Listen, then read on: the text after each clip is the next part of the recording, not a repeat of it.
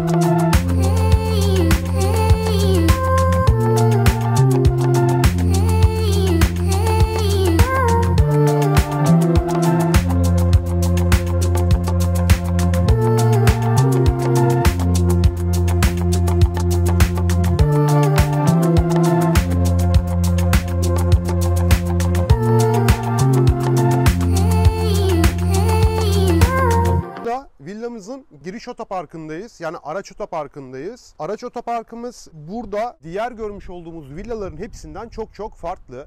Yani siz buraya aracınızla gelirken telefonunuzdan kontrol edebiliyorsunuz ve açabiliyorsunuz. Şu şekilde görmüş olduğunuz gibi bahçe kapısını isterseniz telefonunuzdan açabiliyorsunuz ve aracınızı içeri park edebiliyorsunuz. Aracınızı içeriye park ettikten sonra isterseniz de kendisi yine otomatik olarak da kapanıyor. Ancak siz isterseniz yine bahçe kapısı diyerekten kapıyı bu şekilde kapatabilirsiniz. Bu villamız Kuşadası'ndaki çekmiş olduğum diğer villaların hepsinden çok farklı donanımlara sahip olan villamız. Şimdi birazdan villamızın içerisine de bakacağız. İçerisinde de çok farklı özellikler ve donanımlar sizleri bekliyor. O yüzden videoyu sonuna kadar izlemenizi de tavsiye ediyorum. Kapımızı kapatalım. İçeriye geçelim. Araç otoparkından içeri girdiğimiz zaman 2 araçlık otoparkımız var. Ben aracımı sizler için buraya park ettim. Yan tarafına isterseniz bir araç daha park edebiliyorsunuz. Yani toplamda 2 araç park edebilirsiniz. Villamızın toplam 683 metrekare bahçe kullanım alanı var. Burada toplamda da 9 tane villamız mevcut. Tabi burası örnek villamız. Şimdi birlikte örnek villamızı tanıyacağız. Diğer villalarımızın da şu anda görmüş olduğunuz gibi inşaatı tamamlanmak üzere. Mesela tam karşımdaki villayı görüyoruz. Yani onların işte bahçe peyzajları ve montajlama kısımları kaldı. Bu arada evimizin biraz dış cephesinden de bahsedelim. Evimizin şu an ön cephesine geldik. Havuz alanının tam başındayız. Dış cepheye baktığımız zaman da yine bugüne kadar gezmiş olduğumuz villaların hepsinden çok farklı bir dış mimari bir tarzı var. Dış cephelerde LED şerit sistemi var. Ayrıca burada seramik püskürtme sıvamız da mevcut. Yani dış cephede burada püskürtme seramik sıva kullanılmış ve çok uzun yıllarda bunu bakım yapmadan da kullanabiliyorsunuz. Dış cephemizde de ahşap rengi alüminyum kullanılmış. Hemen yere baktığımız zaman da yerimizde de tik ağacı kullanılmış. Şu anda havuzumuzun tam baş kısmındayız. Havuzumuzun tam baş kısmında bir şelale alanımız var. Şelale alanımız krom kullanılmış. Normalde standartlarda daha küçük kullanılıyor. Burada daha büyük boy yani 90'lık kullanılmış. Normalde de 60 santimlik kullanılıyor. Burada da daha büyük kullanılması da görsel olarak da güzel bir görünüme kattığını söyleyebilirim size. Hemen karşı tarafımda da burada yerde bir begonvil ağacı var. Hemen yan tarafında güzel ışıklandırmamız da burada mevcut. Çakıl taşlarımızla birlikte burada palmiye ağacımız da olmazsa olmazlarımız. Tabi burada benim hoşuma giden limon çam ağaçlarımız var. Bunlar biliyorsunuz büyüdüğü zaman birbirinin içerisine geçiyor, kapatıyor. Bir duvar görevi de görüyor. O yüzden bunların da burada düşünülmesi beni mutlu ettiğini söyleyebilirim size. Havuz alanımıza baktığımız zaman havuz alanımız 3,5 metreye 8 metre büyüklüğü var.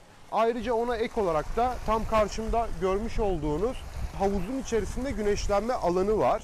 İsterseniz biraz da karşı tarafa geçelim, biraz da oradan inceleyelim. Havuz alanımızın diğer kısmına geldiğimiz zaman havuzumuzun içerisinde tabii ışıklandırmalarımız da mevcut. Akşam görüntüsünde sizlerle drone'la paylaşacağız. Gece görüntülerini de drone'dan da izleyebilirsiniz. Havuzumuzun tam bu kısmında da yani yan kısmında da merdiven alanımız var. Merdiven alanımızın hemen yan tarafında da güneşlenme alanı var. Yani siz burada suyun içerisinde güneşlenebiliyorsunuz. Bir kısmına kadar suyla kapatıyor.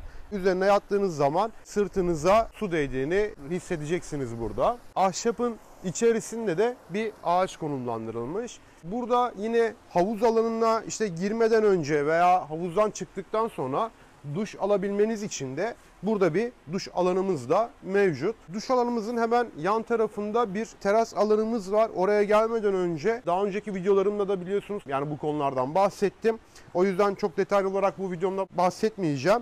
Ancak bu havuzda bir ayrıntı var. Yani burada bir denge depomuz var, bir motor dairemiz var. Ve bu havuzumuz diğer havuzlardan çok farklı. Farklı olmasındaki neden ise burada havuzu normalde biliyorsunuz bakım yapmanız gerekiyor. Daha önceki videolarımda anlattım. Yani ilaç atmanız gerekiyor.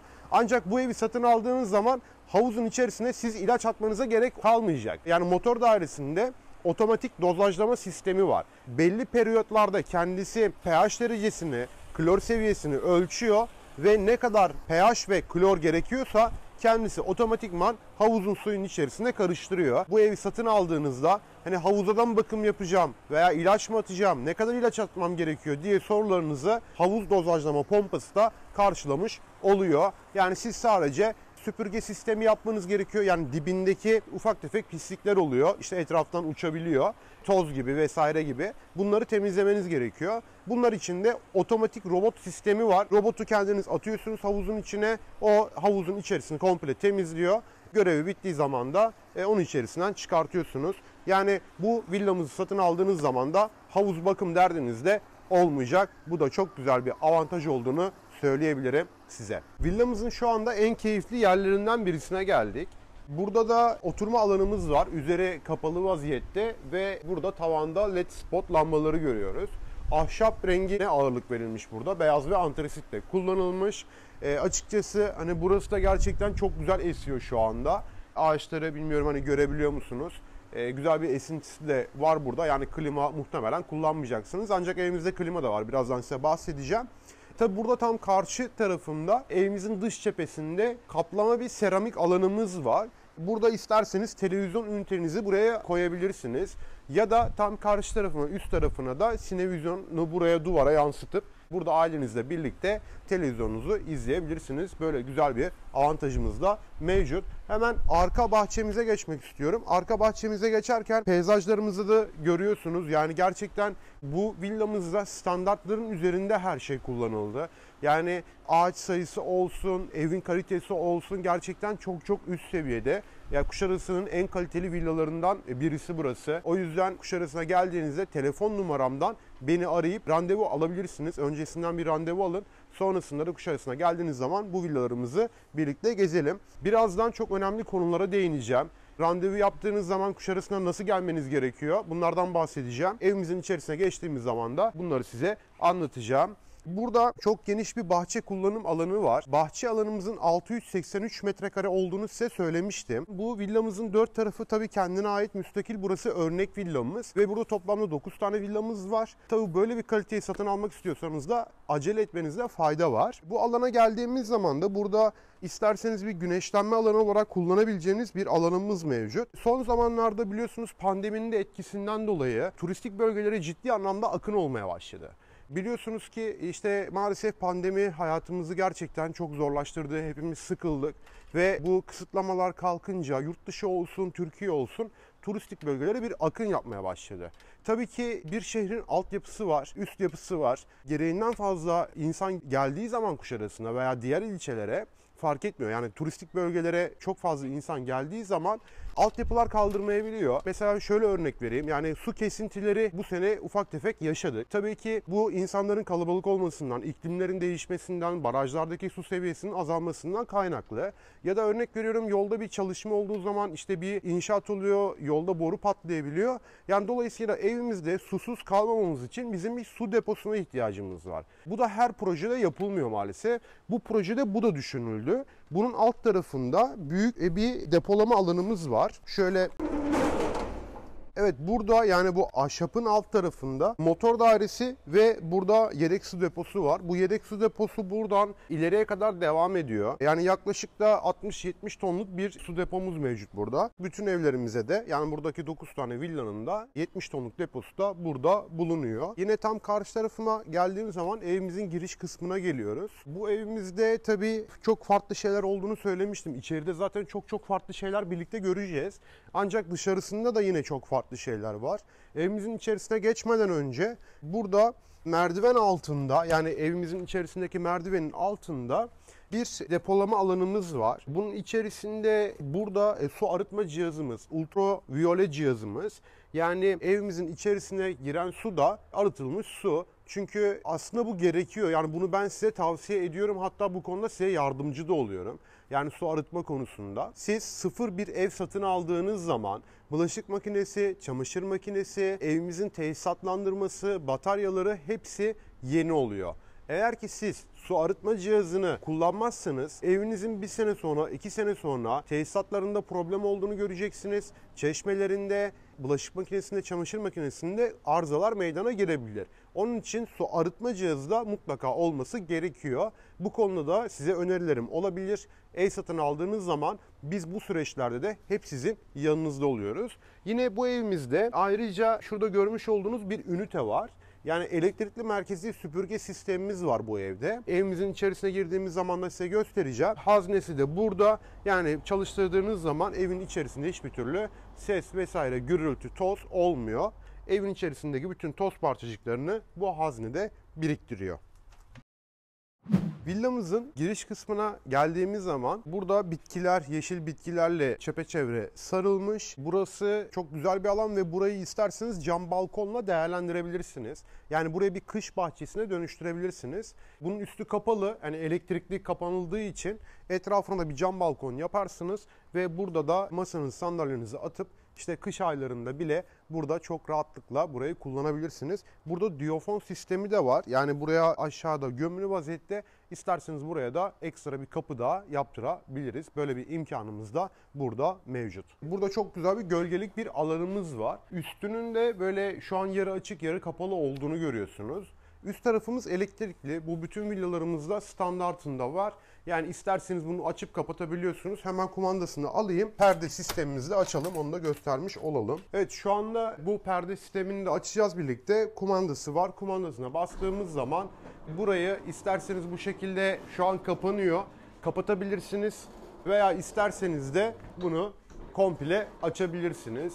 Yani bu da villamızın standartlarının içerisinde. Bu arada hani biliyorsunuz, buraya Kuşadası'na geldiğiniz zaman evleri geziyorsunuz ve bazı şeyler evlerde ekstralar oluyor. Mesela klimalar içerisinde olmuyor, beyaz eşyalar içerisinde olmuyor, giyinme dolapları içerisinde olmuyor. Tabii bu projemizde de bu elektrikli panjurumuz da içerisinde. Burada şu anda çok ferah bir alanımız var. Perde sistemimiz de burada çok güzel değerlendirildiğini size söyleyebilirim. Tabii elektrikli olması da güzel, kullanışlı da olmuş. Bu alanı açıkçası ben merak ediyorum. Bundan sonraki çekimlerde hani metrekare olayını çok merak ediyorsunuz, çok soruyorsunuz. Bundan sonraki videolarımızda da lazer metre ile sizler için ölçümler yapacağız. Bundan sonraki çekimlerimizde metrekareleri size net olarak söyleyebileceğiz. Hemen buradan bir başlangıç yapalım. Buranın metrekaresini açıkçası ben merak ediyorum. Çünkü geniş, kullanışlı bir yer olarak görünüyor burası. Bir ölçüm yapalım.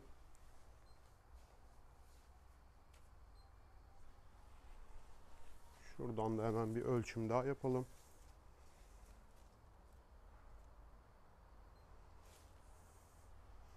Evet, görmüş olduğunuz gibi burası 28 metrekare kullanım alanına sahip. 4.60'a 5.96 buranın metrajı var ve toplamda 28 metrekare kullanım alanımız burada var. Bu video biraz detaylı olacak. Gerçekten çok donanımlı bir villa burası. İçeri girdiğimizde göreceğiz. İçeride bizi çok güzel sürprizler karşılayacak. Umarım siz de videoyu keyif alarak izliyorsunuzdur. Bu arada sizlere güzel şeylere değinmek istiyorum demiştim biraz önce. Mesela bizi arıyorsunuz, randevu yapıyorsunuz. Tabii randevusuz çalışmıyoruz çünkü çekim için günler ayırıyoruz. Yani daha öncesinden, bir ay öncesinden veya 15 gün öncesinden hep planlayarak gidiyoruz. Tabii siz hep örnek villaları gezdiğimizi görüyorsunuz. Ancak bütün evler bitmiş değil burada. İnşaatı devam eden evler var. Dolayısıyla inşaatları da geziyoruz. İnşaatları gezerken biraz daha rahat kıyafetler giymeniz gerekiyor. Rahat spor ayakkabıları tercih etmeniz gerekiyor. Çünkü buraya geldiğinizde daha rahat evlerimizi görebilirsiniz. Ayrıca tabii güneşli bir bölge olduğu için de şapka da getirirseniz sizin için keyifli bir tur olacağını söyleyebilirim. Bunun haricinde siz buraya geldiğinizde yani bize bir gününüz yeterli karar vermeniz için. Biz size zaten ofisimizi ilk başta ağırlıyoruz, tanışıyoruz. Lokasyon hakkında bilgiler veriyoruz. Tabii ki Kuşadası'nın hani her bölgesi size uygun olmayabilir. O yüzden artılarıyla, eksileriyle size her bölgenin anlatımlarını da yapıyoruz. Sonrasında tabii size uygun olmayan evlerimizi ofisimizde eleyip size uygun olan evlerimizi birlikte çıkıp geziyoruz. Buraya geldiğinizde tabii ki benim aracımla geziyoruz, birlikte geziyoruz. Ancak çok kalabalık gelen aileler olduğu zaman tabii 2 araba gitmemiz gerekiyor. Buraya gelmeden önce eğer ki bir araç kiralayacaksanız yani kalabalık gelecekseniz o zaman yüksek arabalar tercih etmenizi öneririm. Yani SUV gibi biraz daha yerden yüksek hani sedan tarzında değil de SUV kiralarsanız sizin için daha rahat olacaktır. Çünkü inşaatları da ziyaret ediyoruz. Dediğim gibi bütün evler bitmiş değil çünkü inşaat aşamasındaki olan evler de var. Genelde şöyle oluyor, bitmiş ev istiyorum diye geliniyor. Ama hep hani inşaata hani bitmeye yakın inşaatlar olabiliyor ya da topraktan tercih edilebiliyor, inşaat aşamasına tercih edilebiliyor. O yüzden biraz daha yüksek arabaları tercih etmenizde fayda olduğunu söyleyebilirim size. Bir de nacizane bir fikrim var. Eğer ki bir ev satın almak istiyorsanız çok kalabalık gelmezseniz sizin için daha uygun olacaktır. Daha güzel sonuca gideceksiniz. Çünkü çok kalabalık olduğu zaman herkes farklı fikrini beyan edebiliyor. Bu da akıl karışıklığına neden olduğu için karar vermekte biraz zorlanabiliyoruz. Asıl alacak olan kişiler işte karı kocalar, eşler veya karar merci kimse onların gelmesi daha iyi olacak. Hadi şimdi villamızın içerisini gezelim. Villamızın girişine geldiğimiz zaman da burada yüksek bir sur marka kapımız tercih edilmiş antrasit renklerde. Villamızın giriş kapısından içeri giriş yaptığımız zaman hemen sağ tarafında akıllı ev sistemimiz yer alıyor. Hoş geldiniz ve güle güle olarak görüyoruz burada. Eğer evimizin içerisine giriş yaptığımız zaman evimizin elektrikleri ve panjurları kapalıysa hoş geldin diyorsunuz ve bütün panjurlar açılıyor. Evdeyken dışarı çıkmak isterseniz de güle güle basıyorsunuz. Başlat dediğiniz zaman evimizin bütün ışıkları ve panjurları aynı zamanda eş zamanlı olarak kapanıyor. Şu anda da görmüş olduğunuz gibi ışıklarımız kapandı. Şu anda da evimizin bütün panjurları eş zamanlı olarak kapanıyor. Evet şu anda orayı gösterelim yine. Ben hoş geldin diyeyim. Siz de orada görmüş olun. Panjurlar şu anda eş zamanlı olarak açıldı. Açılıyor yani şu anda. Ve ışıklarımız da aynı zamanda açıldı. Akıllı ev sistemimizde bunların haricinde yapabildiğimiz şeyler var. Yani ben size şöyle anlatayım. Normalde akıllı ev sistemlerinde panjuru açıp kapatabiliyorsunuz. Onun haricinde çok bir şey yapamıyorsunuz. Ancak burada şu şekilde görüyorsunuz. Alarmı kontrol edebiliyorsunuz. Sensörleri kontrol edebiliyorsunuz. Salonun klimasını, yatak odalarının klimalarını buradan derecelerini ayarlayabiliyorsunuz. Burada perde sistemi var. İsterseniz buradaki mesela mutfak ön panjur diyor. Bunu açıp ya da kapatabiliyorsunuz. Tavan lambalarını kapatabiliyorsunuz. LED'leri, işte spotları, avizeleri de buradan kontrol edebiliyorsunuz. Dışarıdaki kamera sistemimizi buradan canlı olarak izleyebiliyorsunuz. Aracımı ben biliyorsunuz buraya park etmiştim. Dış kameralardan da bunları da görebiliyoruz. Buradan yine klima sistemimizin işte burada derecelerini ayarlayabiliyoruz. Yönlerini ayarlayabiliyoruz. Isıtma olarak da evimizin derecesini de buradan gösteriyor. Artı ve eksi de burada yapabiliyoruz. Yani normalde akıllı ev sistemi deyince bunların olması gerekiyor. Buradaki akıllı ev sistemimiz full donanımla bütün modüllere eklenmiş ve evin tamamını neredeyse siz buraya gelmeden internet üzerinden evi kontrol edebiliyorsunuz. Akıllı ev sistemini bu arada hani telefondan kontrol ediyoruz. Birazdan da size göstereceğim. Telefonla da yine ışıklarımızı açıp kapatabileceğiz. Sol tarafında da görmüş olduğunuz gibi otopark kısmımız var. 2 araçlık otopark olduğunu burada söylemiştim. Evimizin ilk giriş kısmı. Dışarıda oturma teras alanımız var ve havuz alanımızı da burada televizyondan görmek mümkün. Yine televizyon ünitesinin arkasına baktığımız zaman da burada kaplamaları görüyoruz. Görmüş olduğunuz gibi de burada buhar şöminemiz de mevcut. Salon alanımızın tavanlarını incelemek istiyorum. Tavanında burada güzel bir avizeye yer verilmiş. Yine tavanlarda da çepeçevre led havuz sistemi yapılmış. Salonun içerisinden de burada havuzumuzu görüyoruz. Havuzumuzun şelale alanını görüyoruz. Hatta bununla ilgili ben bir akşam geldiğimde bir fotoğraf çekmiştim. Onu da kısaca ekranlara verebiliriz. Çok da güzel burada manzaramız da oluyor. Akşamları da muazzam bir manzaramız var. Mutfak alanına geçelim. Mutfak alanına geldiğimiz zaman tabii yerlerde seramik kullanılmış. Mutfağın bölgesinde yerde ahşap rengine önem verilmiş. Evin zemininde de açık renk tercih edilmiş. Mutfak alanına geçmeden önce hemen benim sol tarafımda burada dışarıda size göstermiştim hatırlayacaksınız. Merkezi elektrikli süpürge sisteminin borulama sistem yeri var. Yani siz burada evinizin içerisinde elektrik süpürgesi kullandığınız zaman herhangi bir ses gürültü olmadan ve evimizin içerisindeki o toz parçacıklarını temizleyebilirsiniz ve bunun haznesi de dışarıda oluyor. Biraz önce size göstermiştim. Onu da görmüş olmanız gerekiyor. Bu arada mutfak alanımıza geldiğimiz zaman mutfak alanımız 2 bölümden oluşuyor. Bu bölümde yemek masamız var. Yemek masasından havuz manzarasını görmek oldukça mümkün ve sol tarafımda da ada mutfaklı bir mutfak alanımız var. Ön tarafında Franke markanın elektrikli ocağı mevcut. Üst tarafında da aspiratöre yer verilmiş. Sağ tarafında burada bir yine Franke'nin burada bulaşık makinesi konumlandırılmış. Ada mutfağımızın ön tarafında da yine ufak tefek atıştırmalıklarınızı yapabileceğiniz güzel bir alan var. Burada yüksek sandalyelerimiz var. Yemeğiniz bir yandan pişerken burada da sıcak sıcak yemeğinizi de yiyebilirsiniz. Yani açıkçası bu ev gerçekten çok keyifli görünüyor. Ada mutfağın alt tarafında da burada çekmecelerimiz de mevcut. Burada kaşıklığımız mevcut. Kaşıklığımızın alt tarafında da buraya yine ikinci bir kaşıklık olarak kullanabilme şansınız var. Mutfağın gerçekten çok dolu bir mutfak olduğu belli. Renk uyumu da çok güzel.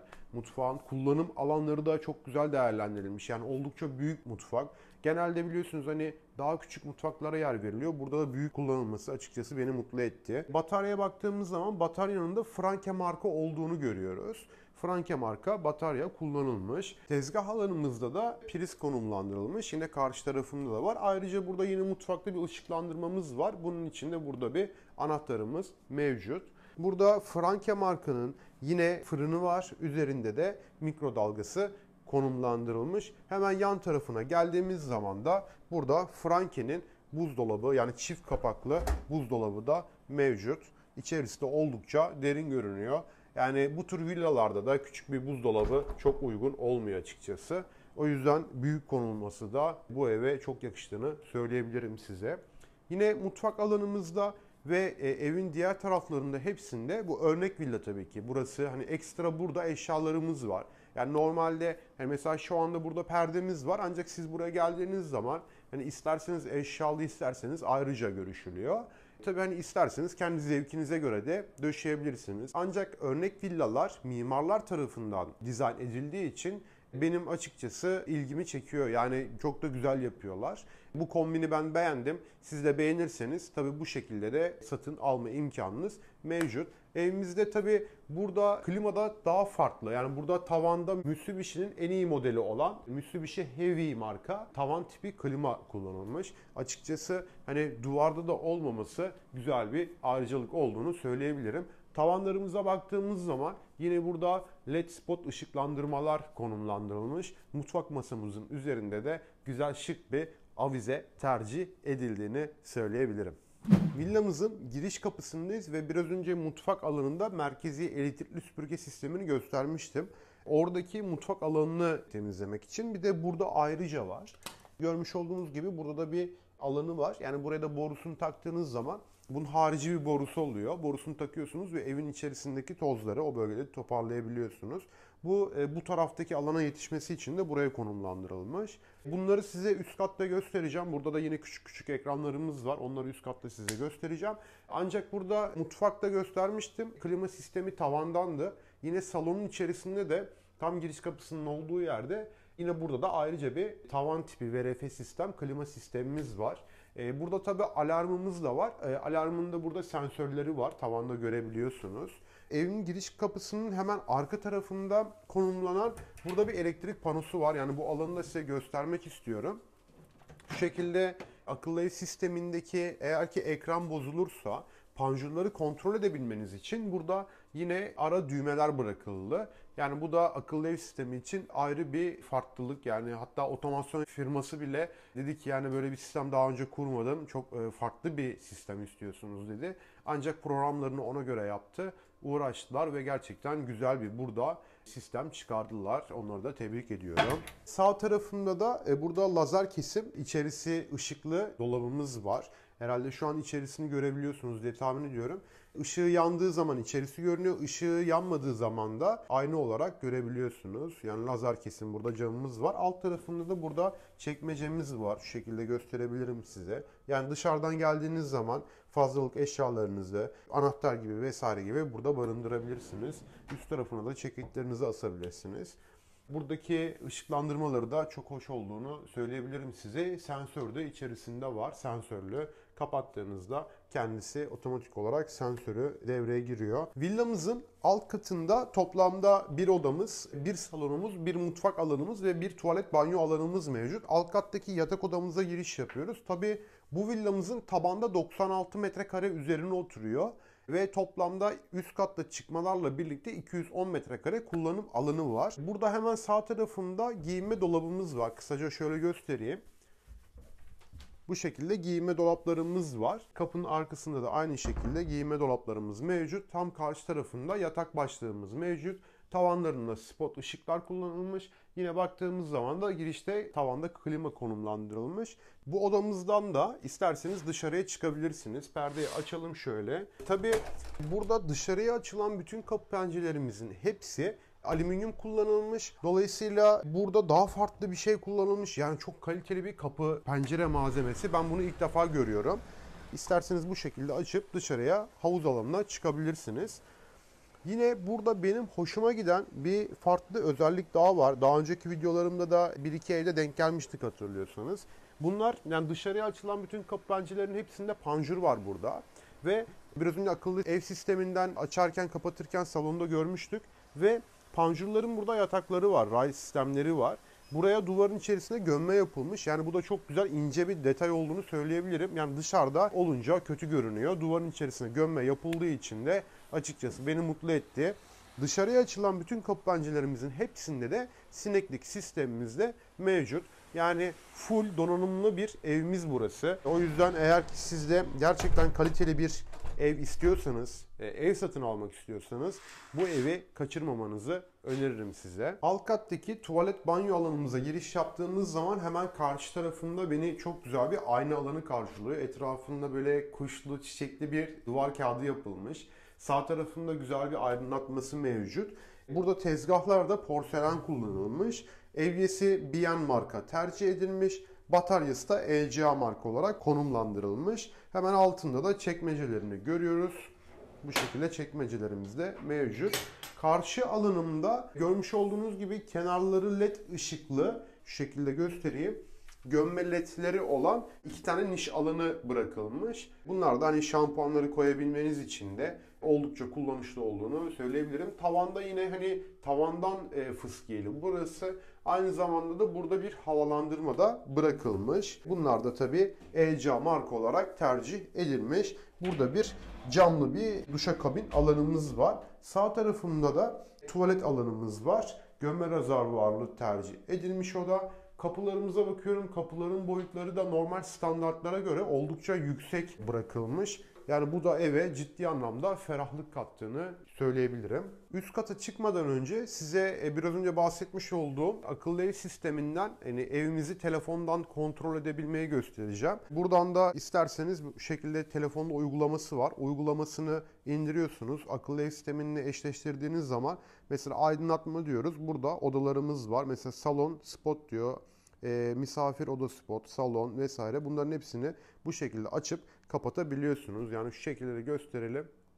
Açalım. Evet bu şekilde de telefondan ışıkları da açıp kapatabilmeniz mümkün. Yani bu evi aldığınız zaman çok teknolojik bir ev.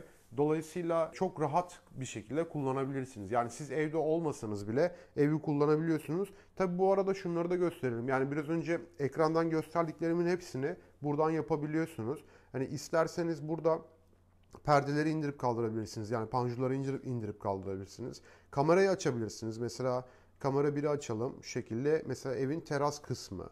Şu an canlı. İşte aracımı ben biliyorsunuz buraya park etmiştim. Mesela şu anda aracım burada duruyor. Vesaire.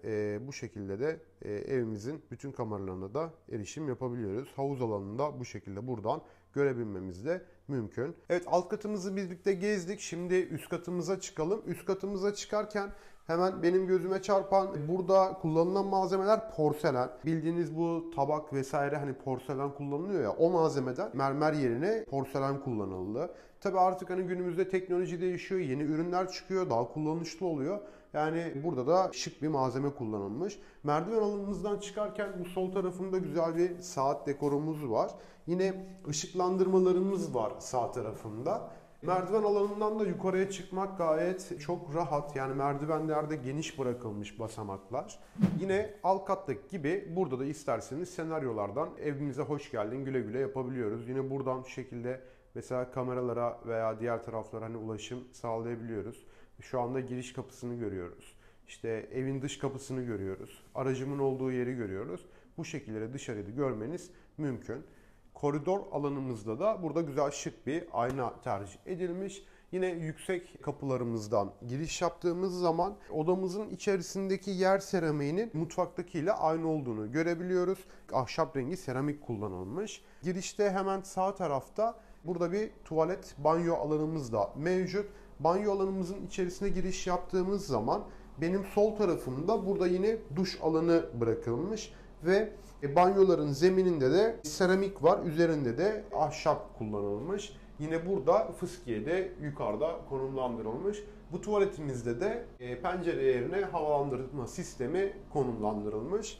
Hemen karşı tarafında da bir yan marka evyesi var. ECA bataryamız var. Yine ön tarafında aynasıyla birlikte kapının arka alanında da gömme rezervuarlı bir tuvaletimiz de burada mevcut. Evet, odamızın içerisine giriş yaptığımız zaman da tavanlarda yine LED sistem olduğunu görüyoruz. Yani LED havuz sistemi kullanılmış. Klima yerimiz kapının girişinde konumlandırılmış. Burada yine alt kattaki gibi lazer kesim camlarımız var ve kapısını açtığınız zaman da kendisi otomatik ışıkları yanıyor. Kapattığınız zaman da aynı görevi görüyor. Açıkçası ben bunu çok beğendim.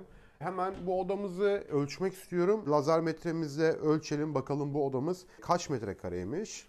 Şu şekilde duvardan duvara bir ölçüm yapalım.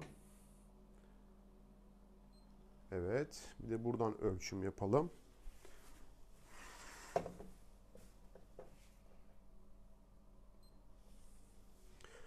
Evet, burası 11.84 diyor. Yani yaklaşık 12 metrekare bir odamız. Yani normal ölçülerinde. Koridor alanımıza geldiğimiz zaman koridor alanımızda da tavanlarda burada spot lamba olduğunu görüyoruz. Burada güzel tablolar da buraya bırakılmış. Yine sağ tarafında da elektrikli merkezi süpürge sisteminin süpürge alanı konumlandırılmış.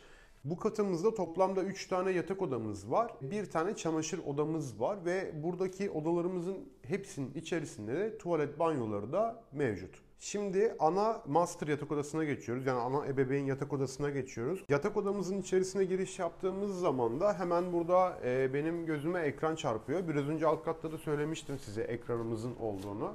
Yani buradan odanın ışığını isterseniz açıp kapatıyorsunuz. Odaların ayrıca elektrikli prizleri var. Odamızın içerisine giriş yaptığımız zaman hemen benim sağ tarafımda burada cam türgülü bir kapımız var. Açtığımız zaman içerisinde bir giyinme odamız var. Giyinme odamızın şöyle kısaca da göstereyim size. Burası da oldukça yüksek ve işte burada gömlektir, cekettir vesaire askılık hani kullanmanız için de bu şekilde asansörlü kullanılmış güzel bir aparatımız var. Yine kullanım alanları da oldukça güzel, derin görünüyor. Sağ tarafında da aynı şekilde dolabımız var. Şu şekilde. Askılıklarımız burada yine mevcut. Burası ana master yatak odamız. İçerisine giriş yaptığımız zaman benim tam karşı alanımda perde alanımız var. Bu villamızın full teknolojik olduğunu söyleyebilirim size. Kumandasıyla hemen açalım. Burada elektrikli perde sistemi var. Yani burada perdeyi de elektrikle yani kumandayla açabilmeniz mümkün. Bu şekilde perdeyi bu tabi manuel, bu tül perdemiz. Şu şekilde gösterelim.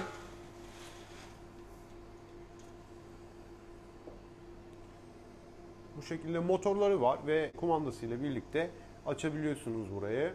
Burada havalandırmak için penceremiz var, büyük bir kapımız var. Tabii sinekliği de mevcut şekillere gösterelim. Devrilmeli olarak burayı açabiliyorsunuz, havalandırılabiliyorsunuz. İsterseniz de şu şekilde normal olarak açabilirsiniz. Sinekliği de biraz önce bahsetmiş olduğum gibi sinekliği de burada mevcut.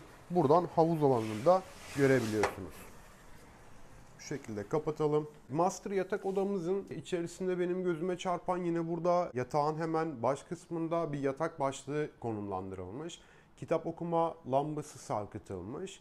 Burada tablolar görüyoruz ve burada da güzel bir konsol ve ayna alanımız da var. Televizyon ünitesi de burada düşünülmüş. Karşı tarafında da yani burası çok güzel, ferah. Biraz önceki perde alanını görmüştünüz. Tavanda spot lambaları var ve karşı tarafım full cam olduğu için de güzel bir ferahlık, aydınlık katmış.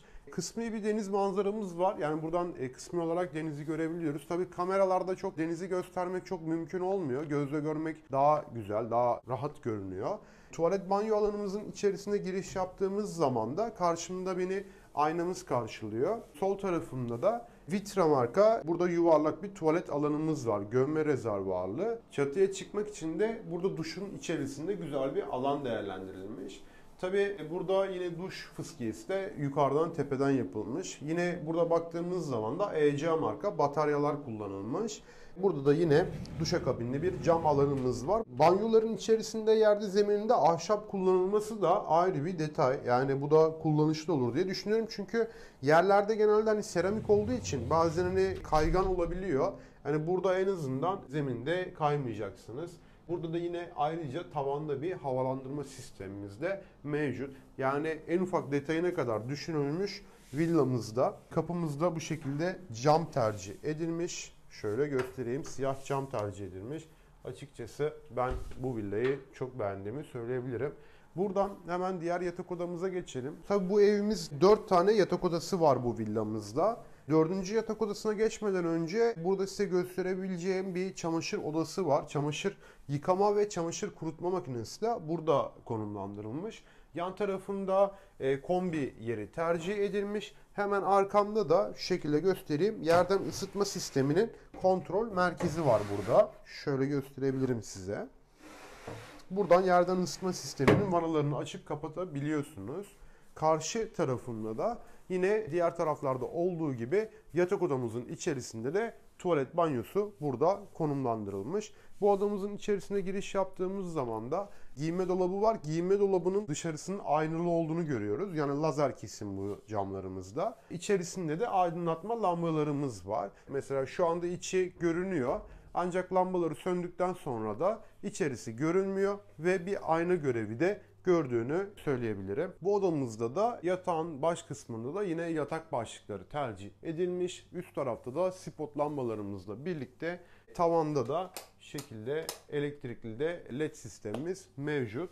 Yine bu odamızın içerisinde de diğer odalarımızda olduğu gibi tuvalet banyosu da mevcut. Burada da yine ECA marka bataryamız kullanılmış. Güzel bir şık bir aynamız var. Etrafında ahşap dekoratif eşyalarınızı da koyabileceğiniz bir alan kullanılmış. Arkasında da led burada ışıklandırmaları mevcut. Duşumuzun içerisine girdiğimiz zaman da yine diğer odalarımızda olduğu gibi burada bir niş alanı da bırakılması hoş durduğunu söyleyebilirim size. Diğer taraflarda olduğu gibi de burada havalandırma sistemimiz de mevcut. Yani bu villamız A'dan Z'ye kadar her şey en ufak detayına kadar düşünülmüş. Bu güzel villamızı alan ev sahibinden güzel bir yemek bekliyorum. Şu an oturdum burada. Evi satın aldığınız zaman da inşallah ilk yemeğinizi de burada ben yemek istiyorum. Önümde de tabii tabağım da var. İnşallah buraya geldiğiniz zaman bu ilk yemeklerinizden ben tatmak isterim. Çünkü gerçekten çok keyifli bir ev. Ben burayı çok beğendim. Eminim ki sizler de çok beğeneceksiniz. Genel itibariyle konuyu toparlamak gerekirse burası toplamda 9 tane villamız var. Her villanın kendine ait müstakil bahçe kullanım alanı, araç otoparkları var ve her villanın kendine ait müstakil özel havuzu var. Dört tarafı da villalarımızın kendine ait. Bahçe kullanım alanlarımızda 425 metrekare ile 685 metrekare kullanım arasında değişiyor. Siz buraya geldiğiniz zaman villalarımızın konumlarını seçebilirsiniz. Tabanda 96 metrekareye oturuyor. Üst katta çıkmalarla birlikte 210 metrekare kullanım alanı var. Her villamızda kendine ait akıllı ev sistemi var, yerden ısıtma sistemi var ve tavanda da Mitsubishi tavan tipi klima sistemimiz var. Villalarımız konum itibariyle Karaova Mahallesi'nde bulunuyor. Burası alışveriş merkezine yaklaşık 2,5 kilometre mesafede yer alıyor. Aynı zamanda şehir merkezine 5 kilometre, plaja ise 3 kilometre mesafemiz bulunuyor. Biliyorsunuz sizler için kampanya yapmıştık. Bu yıl sonuna kadar bizi tercih eden, bizden ev satın alan müşterilerimiz için ev ilaçlamasını ücretsiz yaptık. 4 aylık periyotlarda 3 sefer haşere ilaçlamasını ücretsiz hale getirmiştik. Bunu daha önce de biliyorsunuz söylemiştik. Kampanyamız bu yıl sonuna kadar devam ediyor. Bizi tercih ettiğiniz zaman kampanyamıza otomatik olarak katılmış olacaksınız. Bizi severek takip ediyorsanız da kendinizi kameraya çekip içinizden geçenleri anlatıp bunu bize gönderebilirsiniz. Biz de bu videoları yeni videolarımıza ekleyeceğiz. Kanalımı takip ettiğiniz için teşekkür ederim. Videolarımı sevdiklerinizle paylaşabilirsiniz. Hoşça kalın, mutlu kalın, sağlıcakla kalın. Herkese merhabalar. Profesyonel hizmet ve samimiyetleri için Niyazi Bey'e ve Deniz Hanım'a çok teşekkür ediyoruz. Villa TV Kuşadası'nı takip etmeyi unutmayın.